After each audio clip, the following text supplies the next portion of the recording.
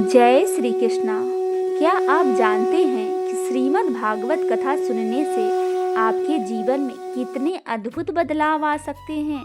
श्रीमद् भागवत कथा हमारे जीवन में सिर्फ धार्मिक रस भरने का साधना नहीं है, बल्कि यह धर्म और अध्यात्म का ऐसा संगम है जो हमें मानसिक शांति, सुख, समृद्धि और आत्मिक ज्ञान प्रदान करता है।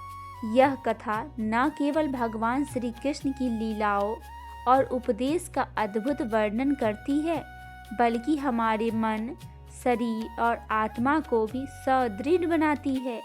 भागवत कथा सुनना केवल पूजा पाठ तक ही सीमित नहीं है, इसके कई जरूरी लाभ है, जीवन को सकारात्मक दिशा में ले जाती है। तो चलिए सुनते हैं श्रीमद् भागवत कथा का 11वां अध्याय और साथ ही सुनेंगे श्रीमद् भागवत कथा सुनने से क्या लाभ मिलता है हमें।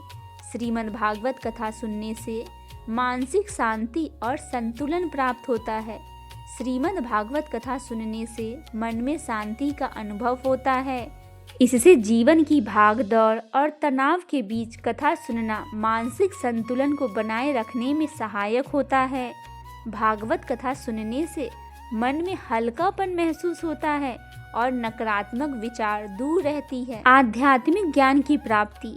श्री भगवत कथा में भगवान श्री कृष्ण की लीलाओं और उपदेश का वर्णन है, जो हमें आत्मज्ञान की दिशा में प्रेरित करते हैं। कथा सुनने से जीवन का असली उद्देश्य समझ में आता है और हम आध्यात्मिक रूप से परिवृद्ध हो जाते हैं। पापों का नाश होता है। धार्मिक मान्यताओं के अनुसार भागवत कथा सुनने से हमारे जीवन में कई पाप धुल जाते हैं। जो लोग अपने अतीत की गलतियों से परेशान रहते हैं, उनके लिए कथा सुनना एक प्रकार से शुद्धिकरण का मार्ग है। सकारात्मक ऊर्जा का संचार। भगवत कथा का वातावरण बहुत ही सकारात्मक और पवित्र होता है। इसके सुनने से नकारात्मक ऊर्जा दूर होती है और आपके जीवन में सकारात्मकता का संचार होता है। साथ ही यह हमारे मन को शुद्ध और ऊर्जावान बनाता है। ध्यान और एकाग्रता बढ़ती है। भागवत कथा सुनते समय हमें अपने मन को एक स्थान पर केंद्रित करना होता है। इससे हमारे ध्यान और एकाग्रता में सुधार होता है, जो हमारे जीवन के अन्य क्षेत्रों में भी लाभकारी साबित होता है। रिश्तों में मिठास आती है। भागवत कथा में प्रेम, करुणा और त्याग की कहानियाँ सुनने से हम अपने रिश्तों को बेहतर समझ पाते हैं। यह हमें दूसरों के प्रति सहानुभूति और स्नेह का भाव सिखाती है, जिससे रिश्तों में मधुरता और मजबूती आती है। भगवान श्री कृष्ण की भक्ति बढ़ती है। भागवत कथा सुनने का सबसे बड़ा लाभ यह है कि इससे भगवान श्री कृष्ण के प्रति भक्ति भाव में वृद्धि होती है। उनकी लीलाओं और जीवन दर्शन को सुनने से हमारे मन में उनके प्रति आस्था और श्रद्धा का भाव बढ़ता है। कर्म योग की प्रेरणा मिलती है। श्री भागवत कथा में भगवान श्री कृष्ण द्वारा दिए गए कर्म योग के उपदेश हमें सिखाते हैं कि हमें बिना फल की इच्छा के कर्म करना चाहिए। यह सिद्धांत हमें हर परिस्थिति में कर्म करने के लिए प्रेरित करता है और हमें अपने कर्तव्यों के प्रति जागरूक बनाता है। जीवन में सुख और समृद्धि का आगमन होता है। धार्मिक मान्यता है कि भागवत कथा के श्रवण से जीवन में सुख और समृद्धि का आगमन होता है। कथा में वर्णित धार्मिक विधियों और भगवान की कृपा से जीवन में कई कठिनाइयाँ दूर हो जाती है और जीवन में सकारात्मक बदलाव आते हैं। मोक्ष की प्राप्ति की ओर अग्रसर। भगवत कथा का मुख्य उद्देश्य हमें मोक्ष की दिशा में ले जाना है। जो लोग इस संसार के बंधनों से मुक्त होना चाहते हैं, उनके लिए भगवत कथा का श्रवण अत्यंत महत्वपूर्ण है। यह हमें जन्म मृत्यु के चक्र से मुक्ति दिलाने में सहायक हो सकता है। श्रीमद् भगवत कथा केवल एक धार्मिक अनुष्ठान नहीं है, बल्कि यह हमें जीवन का गहरा अर्थ समझाती है। इसके श्रवण से हमारे जीवन में सुख, शांति और समृद्धि आती है। जब हमें अवसर मिले हमें भगवत कथा का श्रवण अवश्य ही करना चाहिए, ताकि हमारे जीवन में भगवान की कृपा और उनके उपदेशों का लाभ मिल सके। आइए अब हम सुनते हैं श्रीमद् भागवत कथा का 11वां अध्याय। और अगर अभी तक आपने भागवत कथा का पिछला अध्याय नहीं सुना है तो हमारे इस चैनल पे जाके श्रीमद् भागवत कथा का सभी अध्याय को आप अवश्य ही सुने। आइए अब हम सुनते हैं अर्जुन द्वारा विश्व रूप के दर्शन के लिए प्रार्थना, भागवत कथा का 11वां अध्याय। अर्जुन ने कहा, मुझ पर कृपा करने के लिए आपने जो परम गोपनीय आध्यात्मिक विषय का ज्ञान दिया है, उस उपदेश से मेरा यह मोह दूर हो गया है। हे कमल नयन, मैंने आपसे समस्त सृष्टि की उत्पत्ति तथा प्रलय और आपकी अविनाशी महिमा का भी वर्णन विस्तार से सुना है। हे परमेश्वर, इस प्रकार यह जैसा आपके द्वारा वर्णित आपका वास्तविक रूप है, मैं वैसा ही देख रहा हूँ। किंतु हे पुरुषोत्तम, मैं आपके ऐश्वर्य युक्त रूप को मैं प्रत्यक्ष दर्शन करना चाहता हूँ। हे प्रभु, यदि आप उचित मानते हैं कि मैं आपके उस रूप को देखने में समर्थ हूँ, तब हे योगेश्वर, आप कृपा करके मुझे अपने उस अविनाशी विश्व रूप के दर्शन दीजिए। श्री भगवान ने कहा, हे पार्थ, अब तुम मेरे सैकड़ों हजारों अनेक प्रकार के अलौकिक रूपों को और अनेक प्रकार की रंगों वाली आकृतियों को भी देख।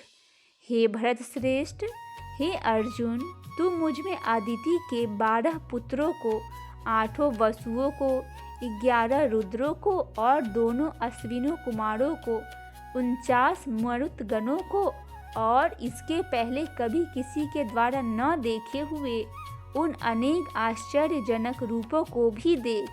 हे अर्जुन, तू मेरे इस शरीर में एक स्थान में चर अचर सृष्टि सहित संपूर्ण ब्रह्मांड को देख, किंतु तू अपनी इन आँखों की दृष्टि से मेरे इस रूप को देखने में निश्चित रूप से समर्थ नहीं है। इसीलिए मैं तुझे अलौकिक दृष्टि देता हूँ, जिससे तू मेरी इस ईश्वरीय योग शक्ति को देख सके। संजय ने कहा, हे राजन, इस प्रकार कहकर परम शक्तिशाली योगी भगवान श्री कृष्ण ने अर्जुन को अपना परम ऐश्वर्य युक्त अलौकिक विश्व रूप दिखलाया। इस विश्व रूप में अनेकों मुंह, अनेकों आँखें, अनेकों आश्चर्यजनक दिव्य आभूषणों से युक्त, अनेकों दिव्य शास्त्रों को उठाए हुए, दिव्य मालाएं, वस्त्र को धारण किए हुए, दिव्य गंध का अनुलेपन किए हुए, सभी प्रकार में आश्चर्यपूर्ण प्रकाश से युक्त, असीम और सभी दिशाओं में मुख किए हुए सर्वव्यापी परमेश्वर को अर्जुन ने देखा।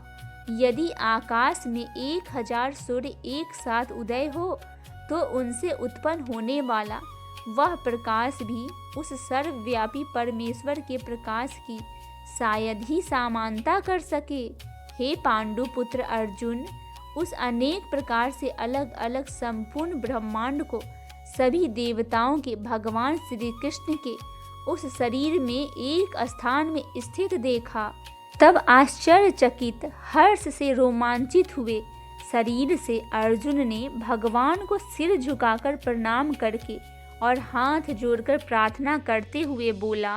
अर्जुन ने कहा, हे भगवान श्री कृष्ण, मैं आपके शरीर में समस्त देवताओं को तथा अनेक विशेष प्राणियों को एक साथ देख रहा हूँ और कमल के आसन पर स्थित ब्रह्मा जी को, शिव जी को, समस्त ऋषियों को और दिव्य सर्पों को भी देख रहा हूँ। हे विश्वेश्वर, मैं आपके शरीर में अनेकों हाथ, पेट, मुख और आँखें तथा चारों ओर से असंख्य रूपों को देख रहा हूँ। हे विश्वरूप, ना तो मैं आपका अंत, न मध्य और न आदि को देख पा रहा हूँ। मैं आपको चारों ओर से मुकुट पहने हुए, गदा धारण किए हुए, चक्र सहित अपार तेज से प्रकाशित देख रहा हूँ और आपके रूप को सभी ओर से अग्नि के समान जलता हुआ, सूर्य के समान चकाचौंध करने वाले प्रकाश को कठिनता से देख पा रहा हूँ। हे भगवान, आप ही जानने योग्य पर ब्रह्मा परमात्मा हैं। आप ही इस जगत के परम आधार है। आप ही अविनाशी सनातन धर्म के पालक और मेरी समझ में आप ही अविनाशी सनातन पुरुष है। आप अनादि है, अनंत है और मध्य रहित है। आपकी महिमा अनंत है। आपकी असंख्य भुजाएं हैं। चंद्र और सूर्य आपकी आंखें हैं। मैं आपको मुख से जलती हुई अग्नि के निकलने वाले तेज के कारण इस संसार को तपते हुए देख रहा हूँ। हे महापुरुष, संपूर्ण आकाश से लेकर पृथ्वी तक के बीच केवल आप ही अकेले सभी दिशाओं में व्याप्त है और आपके इस भयंकर आश्चर्यजनक रूप को देखकर तीनों लोग भयभीत हो रहे हैं। सभी देवों के समूह आप में प्रवेश कर रहे हैं और उनमें से कुछ भयभीत होकर हाथ जोड़कर आपका गुणगान कर रहे हैं और महर्षि गण और सिद्धों के समूह कल्याण हो इस प्रकार कहकर उत्तम वैदिक स्त्रोत द्वारा आपकी स्तुति कर रहे हैं। शिव के सभी रूप, सभी आदित्य गण, सभी वसु, सभी साध्य गण, संपूर्ण विश्व के देवता, दोनों अश्विनी कुमार तथा समस्त मारुति गण और पितरों का समूह, सभी गंधर्व, सभी यक्ष, समस्त राक्षस और सिद्धों के समूह, वह सभी आश्चर्यचकित होकर आपको ही देख रहे हैं।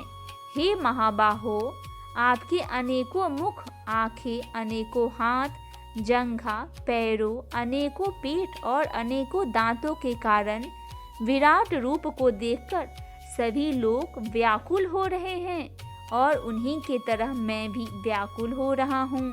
हे विष्णु, आकाश को स्पर्श करता हुआ अनेकों प्रकाशमान रंगों से युक्त देख मुख फैलाए हुए और आपकी चमकती हुई बड़ी बड़ी आँखों को देखकर मेरा मन भयभीत हो रहा है। मैं ना तो धैर्य धारण कर पा रहा हूँ और ना ही शांति को प्राप्त कर पा रहा हूँ। इस प्रकार दांतों के कारण विकराल और प्रलयकारी की अग्नि को समान आपके मुखों को देखकर मैं आपकी ना तो कोई दिशा को जान पा रहा हूँ और ना ही सुख पा रहा हूँ। इसीलिए हे देवेश, हे जगदीश्वर, आप मुझ पर प्रसन्न हो। धृतराष्ट्र के सभी पुत्र अपने समक्ष सहायक और वीर राजाओं के सहित तथा पितामह भीष्म, द्रोणाचार्य, सूतपुत्र कर्ण और हमारे पक्ष के भी प्रधान योद्धा भी आपके भयानक दांतों वाले विकराल मुख में तेजी से प्रवेश कर रहे हैं और उनमें से कुछ तो दांतों के दोनों सिरों के बीच में फंसकर चूर्ण होते हुए दिखाई दे रहे हैं। जिस प्रकार नदियों की अनेकों जल धाराएं बड़े वेग से समुद्र की ओर दौड़ती हुई प्रवेश करती है, उसी प्रकार सभी मनुष्य लोक के वीर योद्धा भी आपके आग को उगलते हुए मुखों में प्रवेश कर रहे हैं। जिस प्रकार पतंगे अपने विनाश के लिए जलती हुई अग्नि में बड़ी तेज से प्रवेश करते हैं, उसी प्रकार यह सभी लोग भी अपने विनाश के लिए बहुत तेजी से आपके मुखों में प्रवेश कर रहे हैं।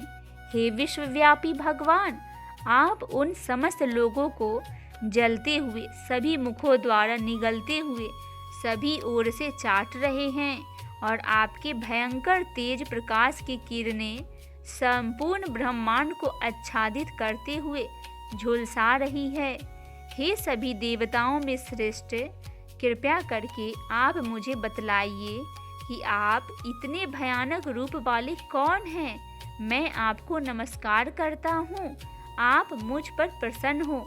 आप ही निश्चित रूप से आदि भगवान हैं।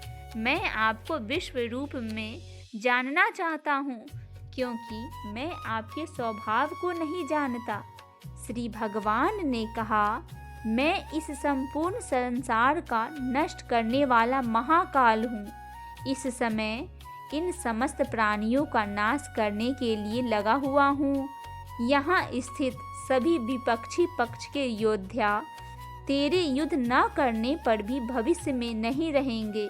हे सर्वव्यापी, इसीलिए तू यश को प्राप्त करने के लिए युद्ध करने के लिए खड़ा हो और शत्रुओं को जीतकर सुख संपन्न राज्य को भोग कर। यह सभी पहले ही मेरे द्वारा मारे जा चुके हैं। तू तो युद्ध में केवल निमित्त बना रहेगा। द्रोणाचार्य, भीष्म, जयद्रथ, कर्ण और अन्य अनेक मेरे द्वारा मारे हुए इन महान योद्धाओं से तू बिना किसी भय से विचलित हुए युद्ध कर। इस युद्ध में तू ही निश्चित रूप से शत्रुओं को जीतेगा। फिर संजय ने कहा। भगवान के इन वचनों को सुनकर अर्जुन ने हाथ जोड़कर बारंबार नमस्कार किया और अत्यंत भय से कांपता हुआ प्रणाम करके अवरुद्ध स्वर से भगवान श्री कृष्ण से बोला। अर्जुन ने कहा, हे अंतर्यामी प्रभु, यह उचित है कि आपके नाम के कीर्तन से संपूर्ण संसार अत्यंत हर्षित होकर आपके प्रति अनुरुक्त हो रहा है तथा आसुरी स्वभाव के प्राणी आपके भय के कारण इधर उधर भाग रहे हैं और सभी सिद्ध पुरुष आपको नमस्कार कर रहे हैं। हे महात्मा, यह सभी श्रेष्ठ जन आपको नमस्कार क्यों न करे, क्योंकि आप ही ब्रह्मा को भी उत्पन्न करने वाले हैं। हे अनंत, हे देवाधिदेव, हे जगत के आश्चर्य, आप अविनाशी, समस्त कारणों के मूल के कारण और आप ही परम तत्व है। आप आदि देव सनातन पुरुष है। आप इस संसार के परम आश्रय है। आप जानने योग्य तथा आप ही जानने वाले हैं। आप ही परम धाम और आपके ही द्वारा यह संसार अनंत रूपों में व्याप्त है। आप वायु, यम, अग्नि, वरुण, चंद्रमा तथा सभी प्राणियों के पिता ब्रह्मा भी है। आप ही ब्रह्मा के पिता भी है। आपको बारंबार नमस्कार है। आपको हजारों बार नमस्कार है। फिर भी आपको बार बार मैं नमस्कार करता हूँ। हे असीम शक्तिमान, मैं आपको आगे से, पीछे से और सभी ओर से नमस्कार करता हूँ, क्योंकि आप ही सब कुछ है। आप अनंत पराक्रम के स्वामी हैं। आप ही से समस्त संसार व्याप्त है, अतः आप ही सब कुछ है। आपको अपना मित्र मानकर मैंने हठ पूर्वक आपको हे कृष्ण, हे यादव, हे सखा, इस प्रकार आपकी महिमा को जाने बिना मूर्खतावश या प्रेमवश जो कुछ भी कहा है। हे अच्युतम, यह नहीं हंसी का मजाक से, आराम करते हुए, सोते हुए, बैठते हुए या भोजन करते हुए, कभी अकेले में या कभी मित्रों के सामने मैंने आपका जो अनादर किया है, उन सभी अपराधों के लिए मैं क्षमा मांगता हूँ। आप इस चल और अचल जगत के पिता और आप ही इस जगत के पूजनीय आध्यात्मिक गुरु है। हे अच्युतम, शक्ति वाले प्रभु, तीनों लोकों में अन्य ना तो कोई आपके समान हो सकता है और ना ही कोई आपसे बढ़कर हो सकता है। अतः मैं समस्त जीवों के पूजनीय भगवान के चरणों में गिरकर साष्टांग प्रणाम करके आपकी कृपा के लिए प्रार्थना करता हूँ। हे मेरे प्रभु, जिस प्रकार पिता अपने पुत्र के अपराधों को, मित्र अपने मित्र के अपराधों को और प्रेमी अपने प्रिया के अपराधों को सहन कर लेता है, उसी प्रकार आप मेरे अपराधों को सहन करने की कृपा करें। पहले कभी न देखे गए आपके इस रूप को देखकर मैं हर्षित हो रहा हूँ और साथ ही मेरा मन भय के कारण विचलित भी हो रहा है। इसीलिए हे देवताओं के स्वामी, हे जगत के आश्रय, आप मुझ पर प्रसन्न होकर अपने पुरुषोत्तम रूप को मुझे दिखलाइए। हे हजारों भुजाओं वाले विराट स्वरूप भगवान, मैं आपके मुकुट धारण किए हुए और हाथों में शंख, चक्र, गदा, पद्म के लिए रूप का दर्शन करना चाहता हूँ।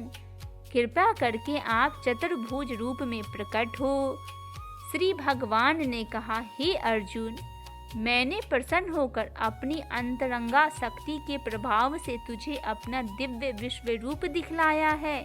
मेरे इस तेजोमय अनंत विश्व रूप को तेरे अतिरिक्त अन्य किसी के द्वारा पहले कभी नहीं दिखाया। हे कुरुश्रेष्ठ, मेरे इस विश्व रूप को मनुष्य लोक में न तो यज्ञों के द्वारा, न वेदों के अध्ययन द्वारा, न दान के द्वारा, न पुण्य कर्मों के द्वारा और न कठिन तपस्याओं द्वारा ही देखा जाना संभव है। मेरे इस विश्व रूप को तेरे अतिरिक्त अन्य किसी के द्वारा पहले कभी नहीं देखा गया है। हे मेरे परम भक्त, तू मेरे इस विकराल रूप को देखकर ना तो अधिक विचलित हो और ना ही मोहग्रस्त हो। अब तू पुनः सभी चिंताओं से मुक्त होकर प्रसन्न चित्त से मेरे इस चतुर्भुज रूप को देख। संजय ने कहा, वासुदेव भगवान श्री कृष्ण ने अर्जुन से इस प्रकार कहने के बाद अपना विष्णु स्वरूप चतुर्भुज रूप को प्रकट किया और फिर 2 भुजाओं वाले मनुष्य स्वरूप को प्रदर्शित करके भयभीत अर्जुन को धैर्य बंधाया। अर्जुन ने कहा, हे जनार्दन, आपके इस अत्यंत सुंदर मनुष्य रूप को देखकर अब मैं स्थिर चित हो गया हूँ और अपनी स्वाभाविक स्थिति को प्राप्त हो गया हूँ। श्री भगवान ने कहा, मेरा तो चतुर्भुज रूप तुमने देखा है, उसे देख पाना अत्यंत दुर्लभ है। देवता भी इस शाश्वत रूप को दर्शन की आकांक्षा करते रहते हैं। मेरे इस चतुर्भुज रूप को, जिसको तेरे द्वारा देखा गया है, इस रूप को ना वेदों के अध्ययन से, ना ही तपस्या से, ना ही दान से और ना ही यज्ञ से ही देखा जाना संभव है। हे प्रांतम अर्जुन, केवल अनन्य भक्ति के द्वारा ही मेरा साक्षात दर्शन किया जा सकता है, वास्तविक स्वरूप को जाना जा सकता है और इसी विधि से मुझ में प्रवेश भी किया जा सकता है। हे पांडुपुत्र, जो मनुष्य केवल मेरी शरण होकर मेरे ही लिए संपूर्ण कर्तव्यों कर्मों को करता है, मेरी भक्ति में स्थित रहता है, सभी कामनाओं से मुक्त रहता है और समस्त प्राणियों में मैत्री भाव रखता है, वह मनुष्य निश्चित रूप से मुझे ही प्राप्त करता है। इस प्रकार उपनिषद, परम ब्रह्मा तथा योग शास्त्र रूप श्रीमद् भगवद गीता के श्री कृष्ण अर्जुन संवाद में विश्व रूप दर्शन योग नामक 11वां अध्याय संपूर्ण हुआ। आइए भक्तजनों, अब हम सुनते हैं भगवान श्री कृष्ण के मुस्लिम भक्त की कथा। भगवान कृष्ण के परम भक्त में से एक थे रस खान जी, जो धर्म से एक मुस्लिम थे। रस खान का असली नाम सैयद इब्राहिम था। उनका जीवन इस बात का उदाहरण है कि भक्ति का कोई धर्म नहीं होता, बल्कि यह तो आत्मा का प्रेम होता है अपने ईश्वर के प्रति। रस खान का जन्म 16वीं शताब्दी के आसपास दिल्ली के एक मुस्लिम कुलीन परिवार में हुआ था। उन्हें फारसी, अरबी और हिंदी भाषा का अच्छा ज्ञान था। पहले वे एक दरबारी के जीवन जीते थे, लेकिन उनके जीवन में एक मोड़ आया जब वे भगवान श्री कृष्ण के प्रेम में डूब गए। और कहते हैं कि रस खान ने श्रीमद् भागवत गीता और अन्य कृष्ण से जुड़े ग्रंथों को भी पढ़ा और वृंदावन जाकर राधा कृष्ण की लीलाओं को अनुभव किया। उन्होंने अपने भक्ति भाव को व्यक्त करने के लिए ब्रज भाषा को चुना। उनका सबसे प्रसिद्ध संग्रह रस खान रचनावाली है, जिसमें उन्होंने कृष्ण के बाल रूप, उनकी रस लीला और वृंदावन की सुंदरता का भावपूर्ण वर्णन किया है। रस खान ने लिखा है, मानुष हो तो वही रस खान बसो ब्रज गोकुल ग्वाओं के ग्वारन, जो पशु हो तो काहे बस, मैरो चरो नीत नंद की धेनु मझरान। रस खान ने लिखा है इस दोहे में कि अगर वे इंसान बने तो कृष्ण की नगरी गोकुल के किसी गाय चराने वाले ग्वाले के घर में जन्म लेंगे, और अगर वो पशु बने तो नंद बाबा की गायों के बीच में रहेंगे। रस खान का जीवन प्रेम, भक्ति और संपूर्ण का प्रतीक बन गया। उन्होंने साबित किया कि ईश्वर की भक्ति धर्म, जाति या भाषा से परे नहीं होती। वे इस्लाम को मानते थे, लेकिन कृष्ण के प्रति उनका प्रेम उन्हें वृंदावन की गलियों में ले गया, जहां उन्होंने जीवन का सच्चा आनंद पाया। आज भी वृंदावन में रस खान की समाधि है, जो यह दर्शाता है कि भक्ति में किसी प्रकार की दीवार नहीं होती। रस खान की कहानी हमें यह सिखाती है कि सच्चा प्रेम, श्रद्धा अगर हो तो भगवान हर दिल में बसते हैं, चाहे वह किसी भी धर्म या जाति का क्यों न हो। बोलिए श्री कृष्ण जी महाराज की जय हो।